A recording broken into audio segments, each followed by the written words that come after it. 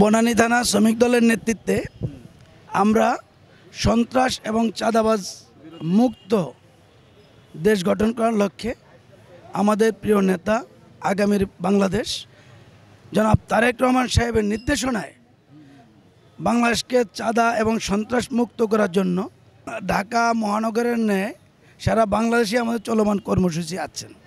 আমরা বনানী সাততলা বস্তি থেকে শুরু করে করাইল বস্তি হয়ে আমরা র্যালি করে আজকে বনানী আসে আমাদের প্রোগ্রাম শেষ করছি।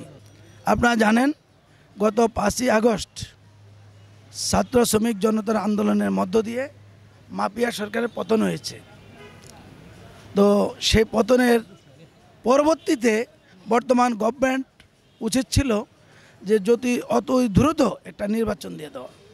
তারা বিভিন্ন টালবাহানা করে নির্বাচনকে পায়তারা করতেছে, ঘুরেচ্ছে, যার কারণে আওয়ামী লীগের সন্ত্রাসীরা ফাঁকে ফাঁকে ছোট ছোট মিছিল আকারে করে জটিকা মিছিল করে অনুপ্রবেশ করার চেষ্টা করছে।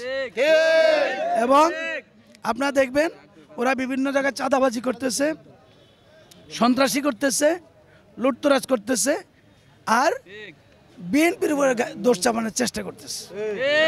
আমরা জনগণকে সতর্ক করতে চাই এবং জানিয়ে দিতে চাই যে শ্রমিক দল তথা বিএনপি এই ধরনের কোনো কর্মকাণ্ডে জড়িত না।